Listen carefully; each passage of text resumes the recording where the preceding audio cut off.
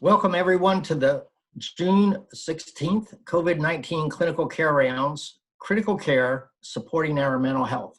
My name is Richard Hunt. I'm an emergency physician who serves as Senior Medical Advisor at the National Healthcare Preparedness Programs in the Office of the Assistant Secretary for Preparedness and Response at the United States Department of Health and Human Services.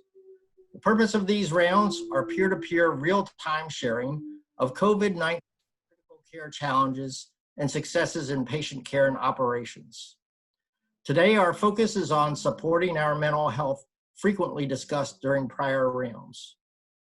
If I'm an intensivist needing to take care of myself so I can take care of critically ill COVID-19 patients, the clinicians I want to learn from are those clinicians who have seen the most COVID-19 patients. This is a voluntary public-private collaboration, thanks to the multiple professional organizations who have collaborated.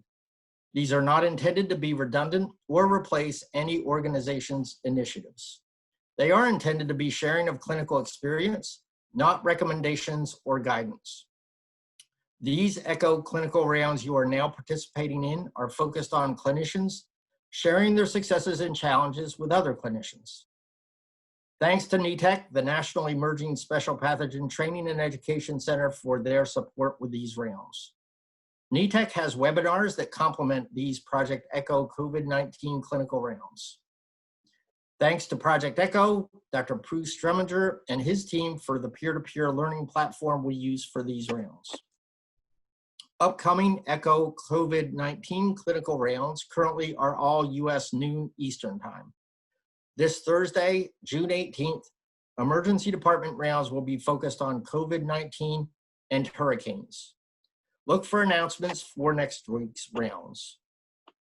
We'll continue to work to identify topics for these peer-to-peer learning rounds that are most timely and helpful to clinicians. For the ECHO rounds we've had to date, we continue to have participants from all states and other countries, predominantly physicians, nurses, and EMS clinicians. We apologize in advance. We're not able to answer all the questions we receive, and we pick out major themes from those questions and hope to cover some of those. We'll now go over some logistics. Amanda, please. Thanks. All right, my name's Amanda Dezan. I'm with Project ECHO. Just going over a few quick things. At the bottom of your screen, you'll see a Q&A function on Zoom. Please use that for any questions or comments you have regarding the presentations today. There's also a chat function there. Please use that for any questions you have regarding technical or logistical issues. And then we'll also be using the chat for a crowdsourcing question that'll come up in just a minute. The session today is being recorded and your attendance is consent to be recorded. We appreciate it. Presentations from today are linked to the most recent email announcement from Project ECHO and to our website, and we'll put a link in the chat to the website in just a minute. There's also a link in there where you can sign up to receive these email announcements if you don't receive them already. And in about the last 15 minutes of today's session, we'll put a link in the chat where you can obtain CMEs or continual professional development credits through the University of New Mexico, which is where we at Project ECHO are located. That link is also available in the email announcement that came out today from us. Really quickly, we don't have anybody from NETEC on today, but just as a reminder that they have a webinar series for COVID-19. There's one coming up this Friday for COVID-19 and EMS situations, and we can put a link in the chat that'll direct you to this site as well. And another reminder that the AAMC has a COVID-19 clinical guidance repository, which is also continually updated. So that's something else to keep in mind and to check out. And lastly, we'll go to the crowdsourcing question. So back to you, Dr. Hunt. Thanks very much. For the crowdsourcing, clinical pearls, indeed. What has helped you most in coping with the pandemic? There's almost 200 people on here, and it would be really helpful to each other if people would respond to that question. What has helped you most in coping with the pandemic? It's a broadly asked question purposely. So Yeah, the pandemic at large. What's helped you the most in coping with it? I'd like to introduce our first speaker, Dr. Mark Caridi Scheibel. And he actually was one of our very first critical care rounds speakers. He's the fellowship program director in critical care medicine and medical director at the Emory ECMO program, assistant professor, Department of Anesthesiology at Emory University School of Medicine. Mark. Thank you, Rick. Uh-oh, wrong one. Hold on. Just give me 1 second.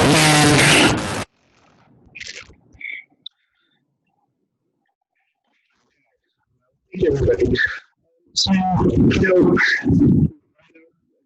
first discussing this, I started to do together some slides as more of a didactic kind of thing. It didn't feel Right to me when I'm not an expert in mental health.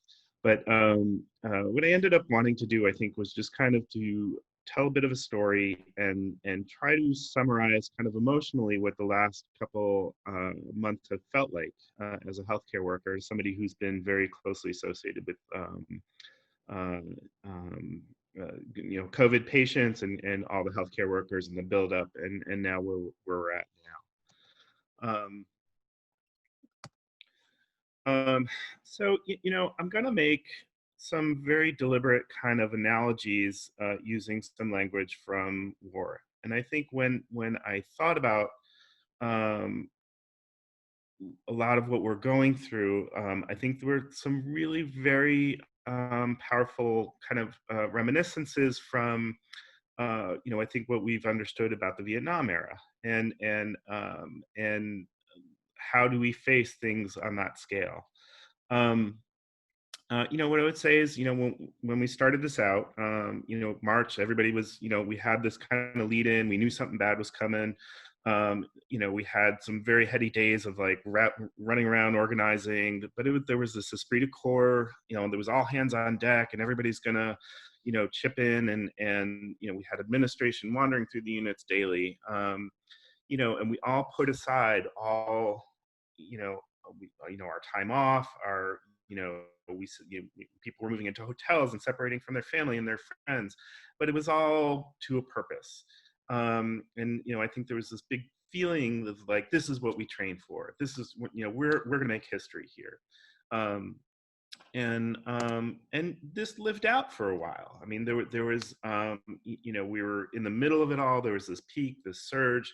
There wasn't much time to really stop and think about it. We were running all out, long hours. And there was all this kind of feel good support. People were sending cards and putting signs out in the driveway, and food was just like endless. I'm very focused on food, so it was everywhere, and it felt kind of good. So you felt supported.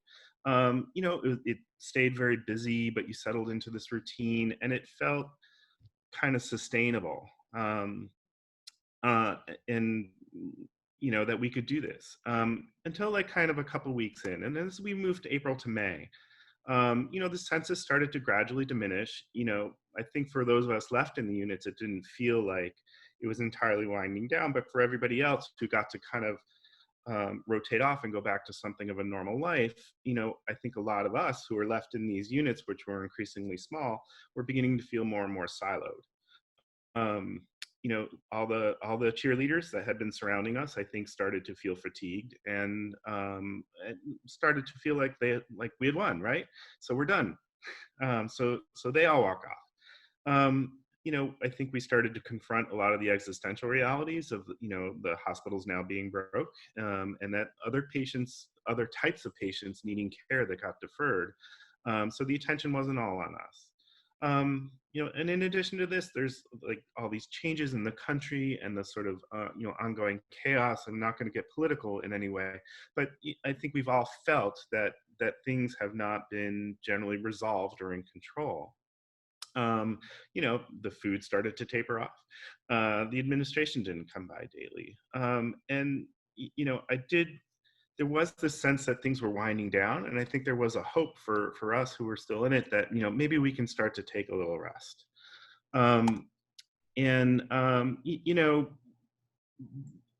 I think as we went into June, there was this kind of steady trickle, but we're all kind of waiting for this next surge. And there's still a bunch of us in these units who are just unable to stand down. You know, and there's a sense of entrapment that I think has come with that. And again, this is still in the context of this growing angst in the country and, you know, in our communities and our hospital that we just can't separate from. And you know, I think this is at the point where I think, you know, I had a discussion with Rick. He was like, "Can you join another thing?" And I said, "No, I'm going on vacation. I'm really excited about this." And Rick thought that was the greatest thing. And so and I did, and it was I had 4 days of just being, you know, as separate as I could be. And it was wonderful at the time, but it wasn't enough. And I came back and I kind of reflected a little bit and said, I didn't completely separate. I was still taking calls. I was still like looking through email and doing work. And when I got back, nothing had changed. You know, we still had the COVID patients. We still had this enormous cleanup that we were still facing. And I didn't feel any more, aside from having rested, which I needed, I didn't feel any more prepared or like I knew where to go from here any better for it. So this is kind of where I'm thinking. And you know, I don't have a lot of specific recommendations, but this is probably my favorite graph that my boss and colleague and friend had pointed out to us kind of weeks back. And he was very prescient, and he said, this is how these things go. This is what this graph looks like. And this is not an unknown thing, that these are how people who go through disasters cope and how disasters function as a community. And I think this, you know, the box that I put here is, I think, where we're at. You know, we're at kind of a low emotionally. And I don't think we've really kind of acknowledged that yet. So what can we do about this? I think all I wanted to accomplish today was to really like have that moment of acknowledgement that we just had a disaster that just occurred. We have a lot to clean up. We have, you know, soldiers, and, you know, if we can continue the analogy, we have soldiers that are coming back wounded to various degrees, but, you know, some have been more than others. I can imagine people who lived through what they lived through in New York are feeling this like 1,000 times. But from here, I don't know. I'm not an expert. I don't know where we go from here, you know, but, you know, I think we need to stop to take care of ourselves. I mean, that's an obvious kind of first step. And I've found it important to continue to try to push the load off to some others. We gave it our all, and now it's time to, you know, in whatever ways we can, to step back a little bit. And that's really hard. So we do need to take those vacations. I'm not advocating against that. Reestablish those connections that we lost, and it takes some conscious effort, and that's what I've been struggling with lately. And I think we need to recognize that sometimes we may need professional help, and that is not a failure. I think it's important to remind ourselves now that it's also time to look around us and look at the people in our units and other hospitals and our fellows and other trainees, and just to watch out for their pain, and to advocate to make resources available, and to kind of recognize, and not that I'm kind of knocking a lot of the kind of more common initiatives, but I think to recognize kind of the profundity and the seriousness of some of what people are going through, and that a lot of it is not going to be amenable to kind of, I think, simple solutions like, you know, yoga or meditation or things like that. I mean, I think it's at a level where this is not about people's ability to be resilient, but about their ability to kind of confront serious mental health issues. And then just even getting through the immediate moment, we then need to start to prepare for what's next. So, you know, I think coming back to our graph, if we hope to kind of move from here, we got to start doing this part before we can get to this reconstruction. And I think this needs to be a very conscious effort. And that's really what I hope to convey today, that this is where we're at. We're at that low, and it's time to start working through some of what we've been through. And I'll stop there.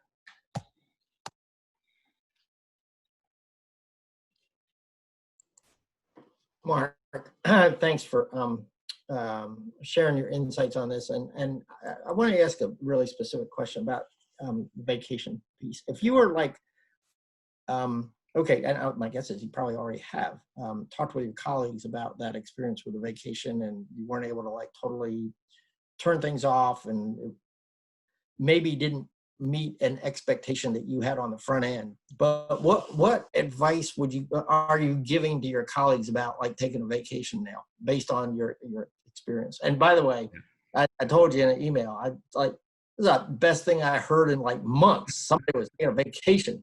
So yeah, what are you telling people? I think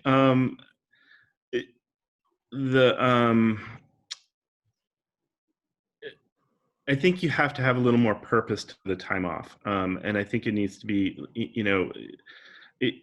I didn't really, aside from just kind of having a vacation, I didn't say I needed to take that time to not answer email or to not, and I didn't set myself up to have that, like, that real experience of, I need to use this time to reconnect to a friend, or having some very kind of specific goals. It was just, in our normal way of like, we think vacation just kind of takes care of itself. We go on vacation and then we come back and we feel better and rested. And I think we need to understand that there's more that needs to be accomplished in our vacations. So I've been telling people, as you look at time off, make sure it's really time off. And I'm a little jealous of like some of the people who are getting furloughed. I mean, it's terrible economically, like I know, but the rules of furlough from I think are ironically a little beneficial. Like you cannot legally be accessing your email. You cannot be working. You really, it's an enforced kind of removal. And I wish that there was a little more push, maybe not in the sense of a furlough, but I think understanding that people actually need to do that, and need to be a little more disciplined about it. I don't know.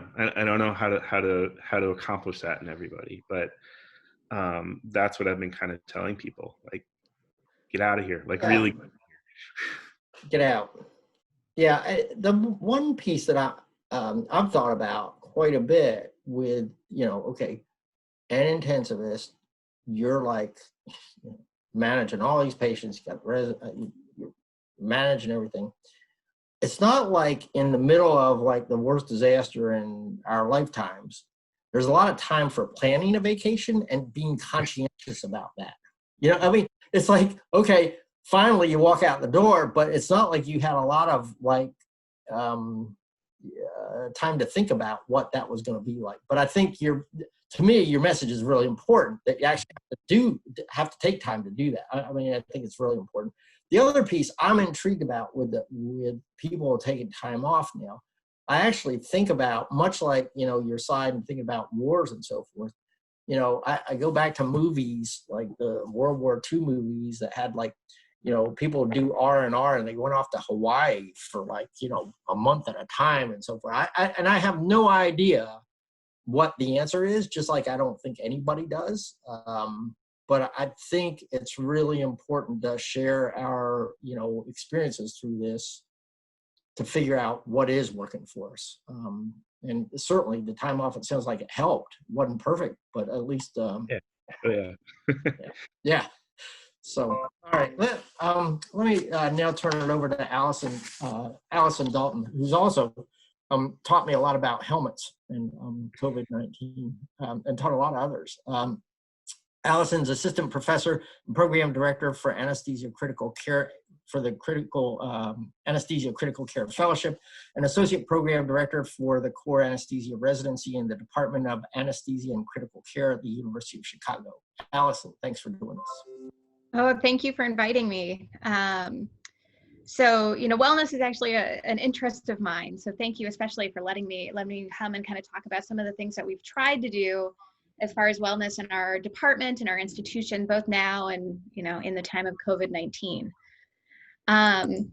So surrounding COVID, we knew that, disasters in the past have led to things like PTSD in healthcare providers. And that was one of the things that we wanted to try to have offerings to help prevent that, or at least decrease the incidence of this. One of the things that can actually be the best thing to prevent against PTSD after disaster management are things like peer interactions and support from leadership within departments and institutions. So that's where a lot of this kind of came out of. So one of the things that we offer around the clock, day by day, year after year to all of the employees is the Employee Assistance Program. This includes psychiatry and psychology. Around the time of COVID, we added an app where you can actually text with psychologists. So more of a real-time program that you can use in the moment. We also found that there was a lot of kind of anxiety talking to your children about COVID and talking about how mom and dad are going to work and how that affects the family dynamics. So we had a lot of resources for children and being able to talk to them. In addition to this, we actually had local medical students who now were not coming to the hospital anymore, who were looking for ways to help in the pandemic. And many of the local medical students from our institution and other institutions throughout the city decided they wanted to try to find a way to help the healthcare workers.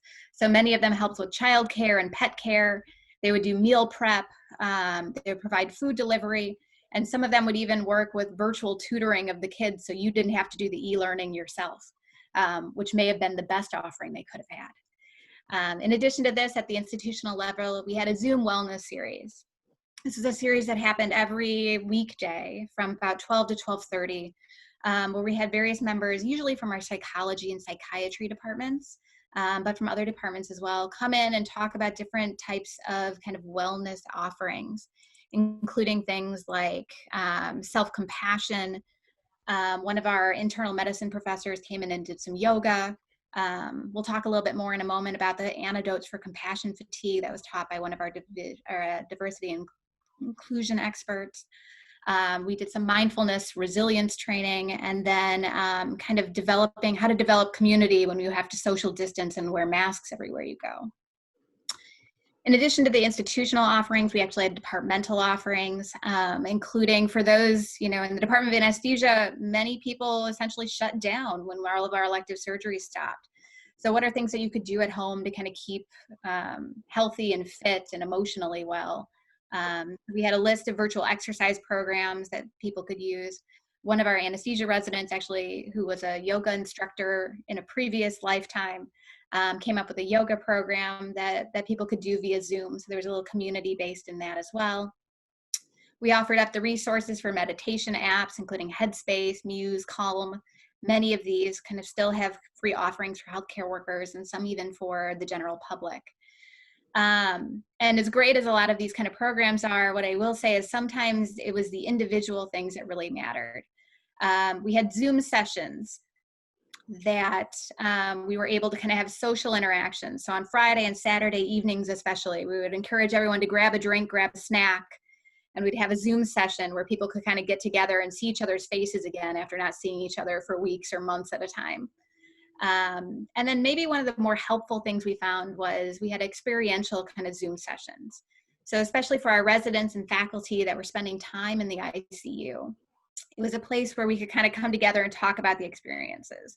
What was easy, what was difficult. And some of our residents especially sharing that, they would have goals of care discussions with people's family members, saying, I don't think that this is going to end well. And ultimately the patient turning around and the guilt that they had associated with that. And it was a place where they could process some of the guilt and some of the fear and the anxiety related to the unit, which I think was probably one of the best things that we could have offered. Kind of on a jumping board to that, we also had opportunities for virtual counseling, especially when people felt, significant anxiety or fear or burnout or any of these kind of feelings, with one of our local psychiatrists at our institution and even a chaplain that's located in another state. And then one of the things that was actually developed about a year before COVID-19 hit was our anesthesia peer support group. This was a group that actually got trained by a psychologist who has expertise in peer support for healthcare workers and for police departments, that trained a bunch of our attendings, our residents, and our CRNAs, who then would reach out to members of the department who may have had adverse events. So we actually used this group to reach out to all of our first volunteers who went into the COVID unit, talk to them prior to them going in about anxiety and fear that they may be facing, taking care of patients and how not to spread diseases, or how not to spread the disease to family members at home. And then throughout their time, they were kind of touched base to make sure that, you know, they were doing okay and that the anxiety kind of wasn't taking over, and seeing if they needed to use any of those additional resources that we mentioned, the psychology, the psychiatry, the chaplaincy. And then finally, in the COVID unit itself, we had a couple of specific resources. We had ways to kind of talk about decontamination and maintaining your safety with PPE, and how to make sure that we end up, again, not bringing the illness home with us to our family members. We had many, especially our attendings actually, who had kind of high-risk individuals in their homes and in their families. So we helped with housing resources, where we had multiple hotels kind of in the area and in the city that would offer free rooms for people who are working on the front lines. Again, one of the, I think, actually most helpful things was provision of the basic needs. Like Mark, we had, you know, food delivered continuously into the unit. In fact, when we didn't have kind of outside sources from restaurants, the hospital actually made and delivered lunch, breakfast, and dinner to us every day in the COVID unit, so that we didn't have to leave, and that we didn't have to prepare our own food, and we didn't have to take dishes back and forth. And I think that's actually one of the things that's been really helpful to the residents, to the faculty, to the nurses, everyone who's in that unit. Our GME office also made sure to deliver care packages to all of our residents and fellows, because, you know, when they're working 12-hour shifts that start looking like 14-hour shifts, and with everything shut down, the ability to get out and buy a thermometer, or, you know, Tylenol and things like that, toothbrushes and basic things that you need, was difficult. So GME actually supplied that to the residents and the fellows, which they were very grateful for.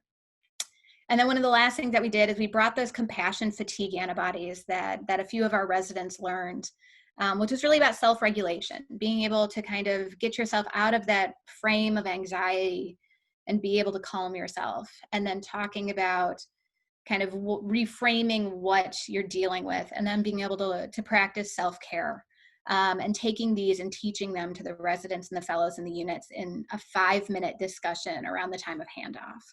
To kind of help, you know, give us some resources in order to deal with the very natural and normal feelings that we were all having going in and out of the unit, and taking care of this very sick group of patients.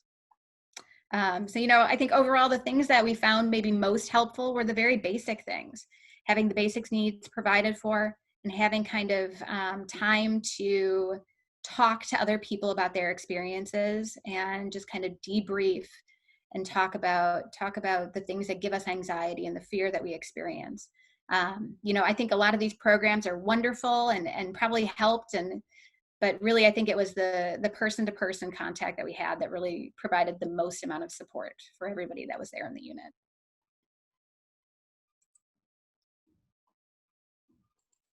Allison, thanks very much. I'm curious, particularly around the handoff. You talked about the handoff. Tell me, get granular about what happened during that handoff that really supported each other. Yeah. Sure. So, you know, it was right around the time of our kind of 6 a.m., 6 p.m. handoff, where we would talk about our patients. And then these residents who had training in these antibodies would essentially take a couple of minutes and say, hey, you know, there's this thing that I learned about. And essentially it's just kind of a way to reframe and kind of relax. So one of the first things is they would teach about a way for that self-regulation. So one of the ways that they taught was essentially taking inventory and kind of relaxing all of the muscles in your body. I mean, I don't know about anybody else, but at the end of the day, after wearing my PPE all day, I find myself with a headache and my shoulders all hunched up and my back muscles all kind of, you know, cramping up on me. And just taking the minute to kind of breathe through and try to individually relax all the muscles in the body to kind of reframe and get ready to go home or reframe and get ready to come back into the hospital. And that was just one example of one of the things that they would do when they had the opportunity to work with them in the Yeah. ICUs. Thanks. And for your unit, and Amanda and Amy, if you can get that polling ready, I'm going to ask one more question here. You know, when Mark did his presentation, he gave that graph about where, you know, at least from his perspective, his unit is. Are you in the same place on that like chart or graph where we're, like we haven't quite got to that recovery yet piece? Yeah, I agree 100%. You know, in some ways, we still have some of those basic needs being provided for those of us in the ICU, but especially those who've been, you know, redrafted into the OR pool. You know, it's back to work as normal, and our OR volumes are normal, and it's like this never happened, except we have a backlog of cases to wade through. So I think that's maybe even where we're struggling even more so now, and realizing, you know, we just did this heroic thing, we felt like heroes, but now it's back to the daily grind. And we have some other things like the financial kind of ramifications of the illness to deal with. So kind of looking at a new normal going forward, where this is going to be the normal part of our lives to some degree, without kind of the heroic meals being delivered all the time, and all those wonderful things that made you feel especially good about what you were doing and supported. But I agree, I'm in the same place. And so to me, at least from what I've learned on the rounds more than any place else, is we're at a moment in time where there is a little bit of breathing room that may not be long, who knows? And so how to best use that is like a really critical, to me, critical issue for all healthcare providers. How do you use this gap? And not every place is having the, you know, like the lull. I mean, take a look at some cities and they're like really getting creamed. So, and then before all the participants joined us, I showed this headline from New York Times, an opinion piece from a doc at Elmhurst that sort of said it all. I was like, why are we having these rounds? And yeah, I think the other piece that strikes me from both your presentations, and from comments and questions I've heard on rounds around the mental health for healthcare providers, is, and Mark hit on it, it's like the profundity of this. This is unlike anything that anybody has experienced in our lifetimes. And so the, you know, traditional methods of what works around supporting our mental health and what will work and won't work in this particular time, it's clear to me we're all trying to figure that out. And I think that's, to me, the value that has come forth in some of these rounds with some of the comments about this worked for me and this isn't working for me. You know, particularly recall the comment from one of the ED docs from Mount Sinai. They started with embedding psychiatry, social services to support themselves, and that didn't work. And so then we went to the buddy system, and I said, so is that working? He said, I don't know yet. And if that doesn't work, we're going to try something else. So there is, I think, much like Mark, you were talking about with your vacation, you had an expectation, you probably do it a little bit differently. But I think that importance of adapting right now to figuring out what is working is absolutely critical. And that's why some of the questions that I ask, like the crowdsourcing, what's working for you? So we can see what's working for other people. One question for each of you, and then we'll do the polling. You know, there have been, there was certainly one suicide of a healthcare provider that hit the media in a major way a couple months ago, well, 6 weeks, whatever it was. And having dealt with suicidal ideation and faculty members and residents in my own career, in this particular point in time, how are your individual units or you personally thinking about, okay, how is it that, are there ways of identifying the people who are in trouble, and what are we going to do, how to take care of that? I mean, how to help support them? Like, are there things, signals, are you seeing things, or like what's the alarm bell for you with individuals, your colleagues, that makes us like, whoa, we got to get some help? Yeah. Allison? Unfortunately, I wish there was some kind of perfect thing that was a trigger. But I think one of the things that I've kind of learned is looking for changes in people's behavior. Patterns, yeah. Yeah, I mean, someone who's usually happy-go-lucky, if all of a sudden they're quiet, you may need to, say, hey, is everything okay? And provide kind of a safe place for them. Whereas in the same way, people who are normally kind of vocally, unhappy with situations, again, if they get quiet, and just kind of looking for any sort of changes in behavior, and kind of creating a culture where it's okay to kind of ask about people, and know that people are going to ask about you if people are worried about you, and know that it's appreciated, and it's not a sign of weakness. It's not a sign of, you're going to get in trouble. It's a sign of that people care about you and want to make sure that you're okay. Yeah. Mark? You know, I think I've been somewhat surprised. I mean, yeah, that there've been people who've just been kind of generally grumpy, but I think unless I've asked, and I think that is kind of the important thing. Like you said, Allison, if you don't ask, I think a lot of people just don't show it, or may not show it until it's too late. And I think we need to ask the question. I mean, I think it's very convenient for for especially kind of leaders in administration to kind of turn. It's potentially a big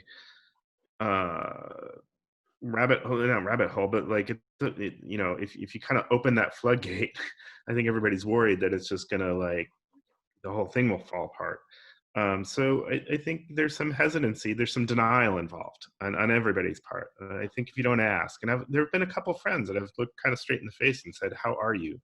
And the answer has not always been great. And I've tried to be honest about it too. And just the asking is really helpful. Like, I think people have said it to me, like when my boss said to me, like, "How are you doing?" But not like just kind of like out of genuine concern. And for me to just say, "Not great." It hasn't been, life is right now is not what I had hoped it would be. And that's okay. Yeah. It's not that. Mark, So yeah, but I mean, I think it has to.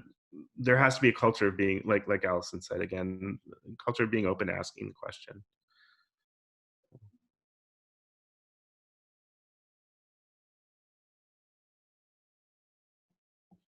Uh-oh. Did we lose Rick?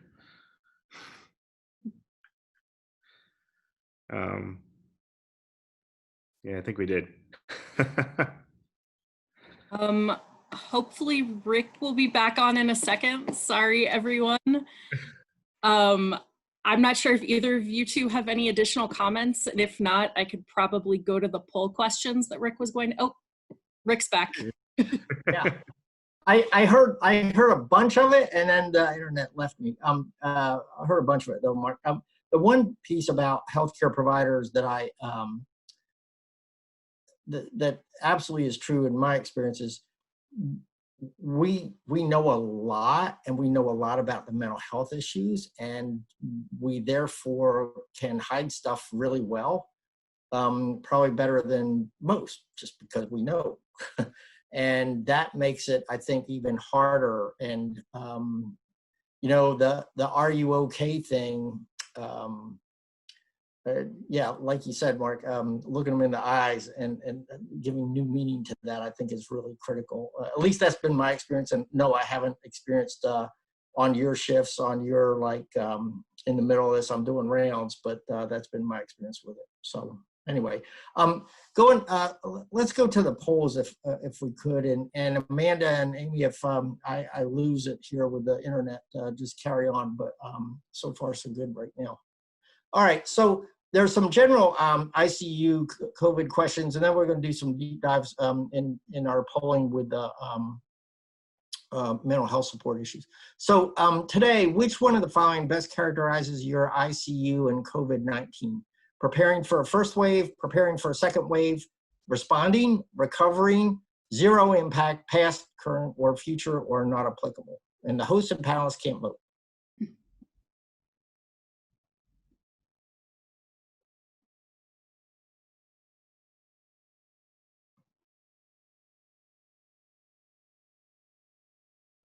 All right, let's see.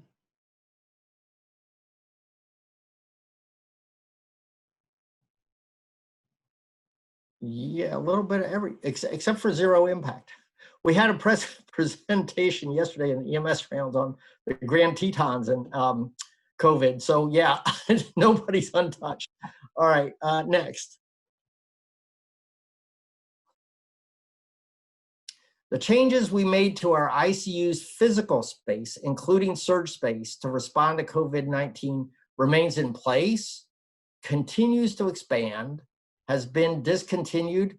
We didn't make any changes, don't know, or not applicable. So even though if you don't work in ICUs, there's a lot of like opportunity for not applicable. So.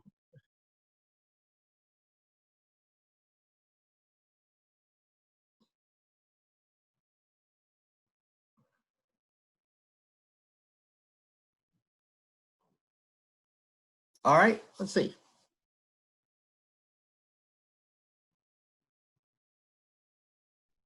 Most remain in place. Okay. 37%. All right, next.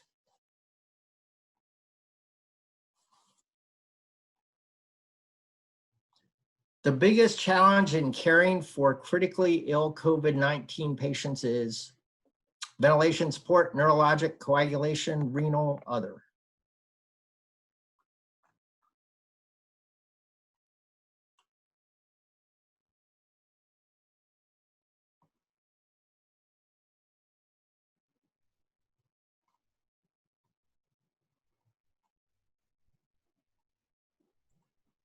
I don't do bad on betting on what these answers will be, but this one I don't know. All right, let's see what happens.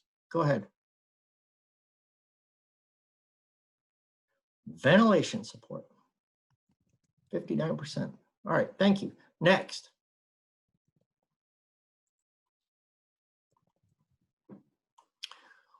Which one of the following has been most helpful to your ICU staff's response to COVID-19? And there's a number of them, so I won't go so fast with this one.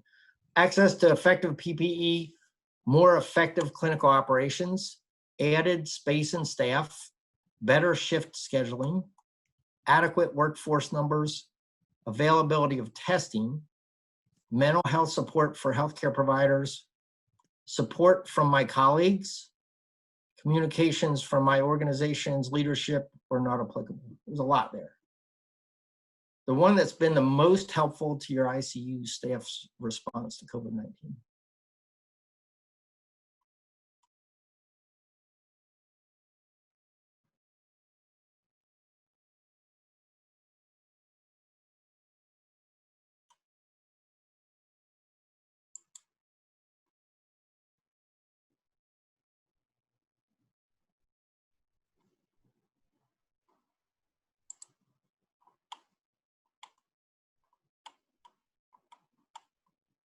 Okay.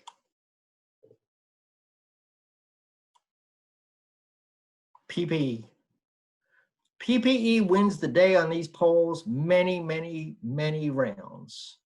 PPE, access to effective PPE, 37%. Next.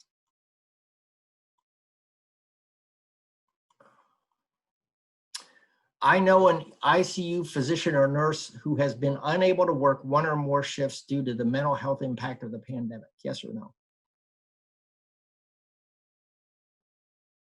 I see 222 people here, so see if we can get this like more responders to this one.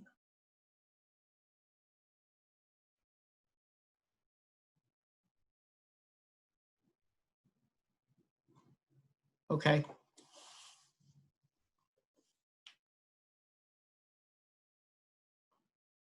41% said yes. Actually, that's pretty healthy if they left a shift. All right, next.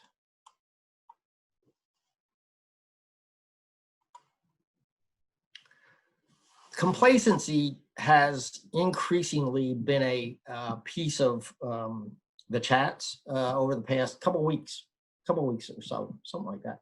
And I'm trying to drill down to what that means to people. And, you know, fatigue ends up in the conversations in the chat sometimes it's complacency. I'm trying to drill down to the complacency thing.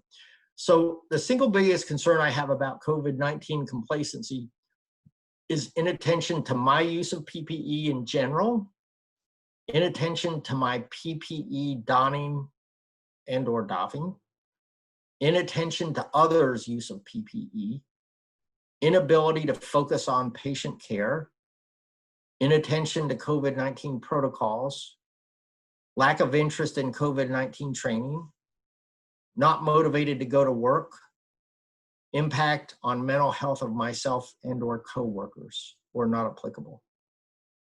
So it's really trying to understand the complacency thing. What's the concern? I mean, obviously concerning, but what?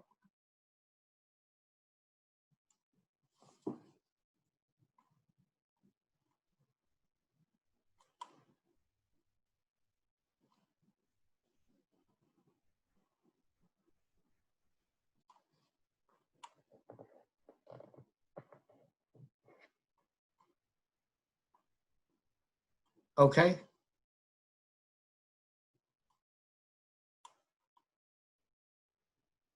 Inattention to others' use of PPE.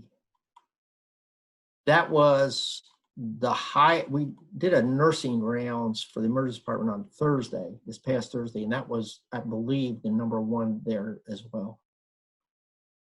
And you know what? I'm actually encouraged by, nobody said inattention to my donning doffing. That's cool. That's great. That's great. All right, next.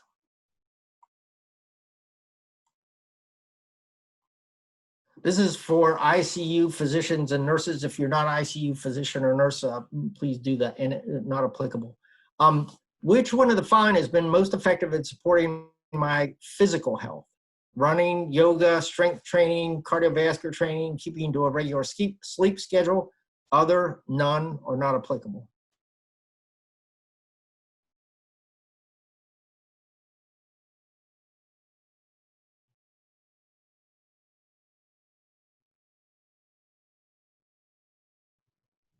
Okay, let's see. Sleep. Yeah, I was betting on that one. All right, next. The next one is related to what's been most supportive of your mental health, I think. Yeah. Yeah, for ICU physicians and nurses, which one of the following has been most effective in supporting my mental health? Just one, just select one. Coworkers, family, friends, meditation, the organization I work for, my professional society or organization, my doctor or other healthcare professional, telehealth, telemedicine, and other. I think there's a not applicable. Yeah, there is a not applicable too.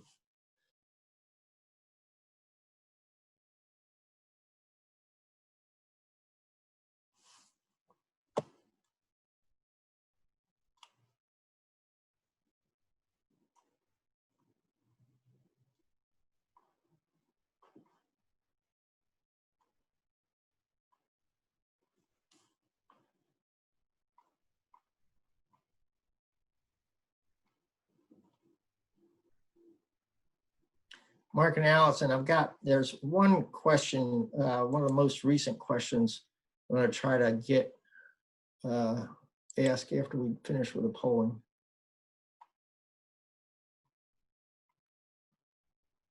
Okay.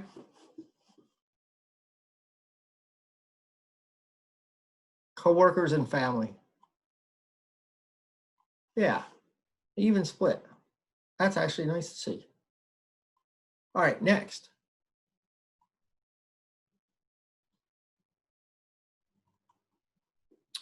For ICU physicians and nurses, support for my mental health is more than adequate, insufficient, non-existent, or not applicable. I'm hopeful on this one.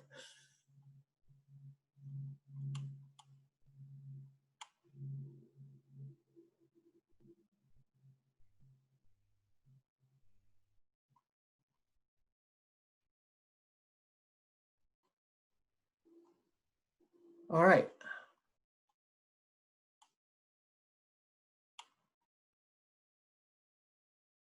Okay, work to do.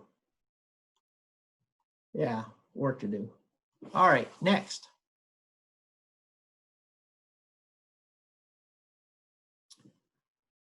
I have a 1 week or longer vacation scheduled and plan to take in the next 3 months. And this is like for everybody. There's no not applicable here.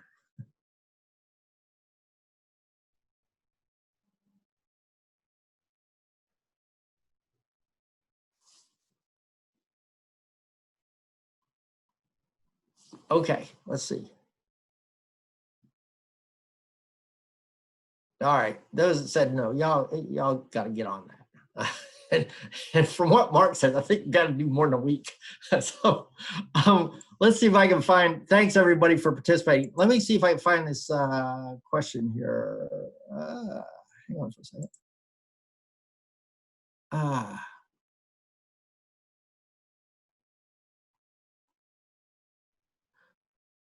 There was a question that I can't see for whatever reason it's disappeared. But there was a question about the number of people who in your staffs that have actually seen how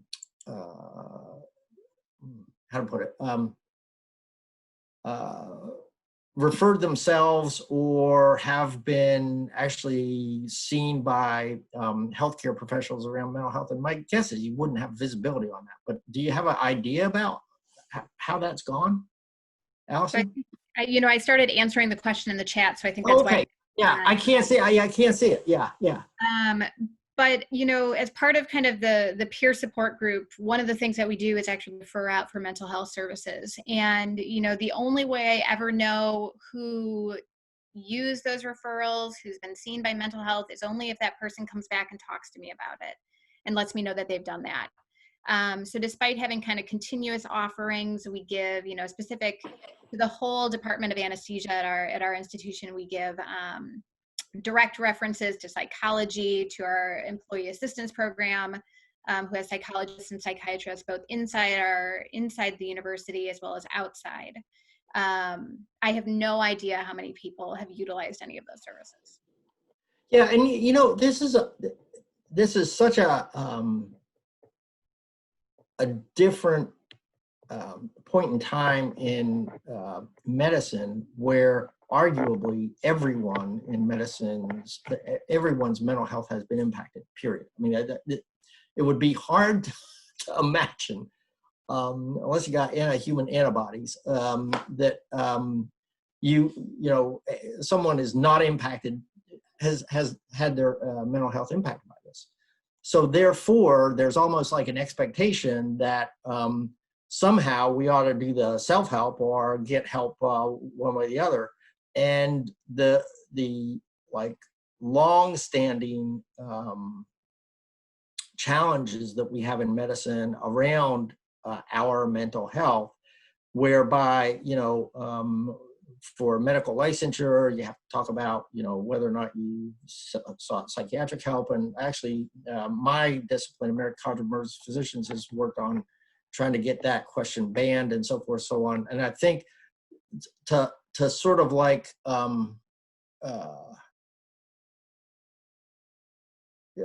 be very open around this, and it's a point in time, as Mark pointed out, it's a point in time where we're getting back on this recovery, and getting back to normal with this has a vulnerability where we stop trying to get the issues around our mental health out in the open.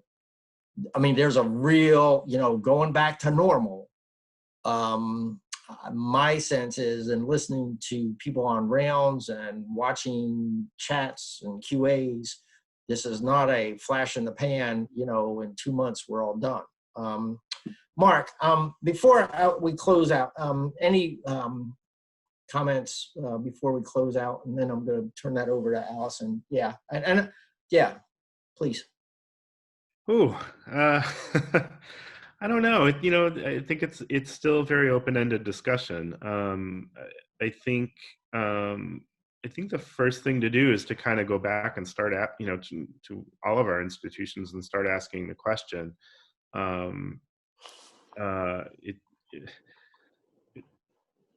I'm not sure where we go from here, and not to kind of be a downer, but I think we just need to acknowledge it's going to be a struggle for a little while, and that the resources probably are not going to entirely be there. Um, uh, but I think now's the time to kind of deal with it before we hit another wave. I'm not sure we're going to be as resilient after the next wave, and I think that's what I'm most worried about. Yeah, your graph really hit home for me personally in that, we're in this pre-recovery thing. And I actually, again, you can only speak from experience, and my experience has been listening to people on rails. My concern is that recovery piece is like the new normal. The new normal being, okay, we're going to have pockets and we're going to have service and so forth. But that doesn't mean we've gotten our healthcare providers' mental health back to a new normal. It means that, at least in my view, from listening to people, is like we've really got to continue to pay attention to this and not let it fall off the radar screen. So anyway, that's at least what I'm learning from you. Allison, last word, and then we'll close out. I think one of the important things is before we hit a second wave is, especially if you don't have kind of that culture of being able to reach out and being able to talk and debrief, is trying to find ways to potentially create that type of a culture. And I think an easy way can be just to even start talking about the things that were hard. Everyone is going to have something within this process that was difficult. And being able to kind of talk about it and identify that there was anxiety and fear, and that there may still be, may be enough to kind of start that culture where you can talk about the deeper things like the depression and the burnout and even concerns about suicidality. But kind of starting to talk about the easier things like the anxiety and the fear prior to a second surge may be the place to start. Yeah, absolutely. This session basically was something that emerged from prior sessions. It's not something I ever had, I thought we were going to doing, thought we were going to be continuing to work on ventilation support strategies or renal and so forth, so on, but it clearly emerged, and it certainly hadn't gone away. It's in New York Times Today, but you're dealing with it as all your colleagues in medicine, my colleagues in medicine are dealing with this, and somehow we'll work to keep this not on a radar screen. The other piece that I again, just learning from you and your colleagues, the need to continue to adapt to figure out what works and what's not working. And Mark, I really do appreciate you sharing your vacation experience. And I mean it seriously, because you thought X was going to work, and okay, we got to tweak this a little bit. And to me, much like working on vent settings, we got to work on our mental health settings a little bit. I just made that up, but I think actually it's really important. So with that, I want to thank the participants, and thanks for participating in the polls. Learn a lot from them. It helps shape continued sessions, et cetera, et cetera. For the Mark and Allison, really, you're my heroes today, because you you shared, and I think you probably helped a bunch of people that maybe you didn't anticipate you might be helping. So thanks very much. And Echo team, always strong work. Appreciate the support. With that, thanks very much all, and we'll see you on the next rounds. Bye.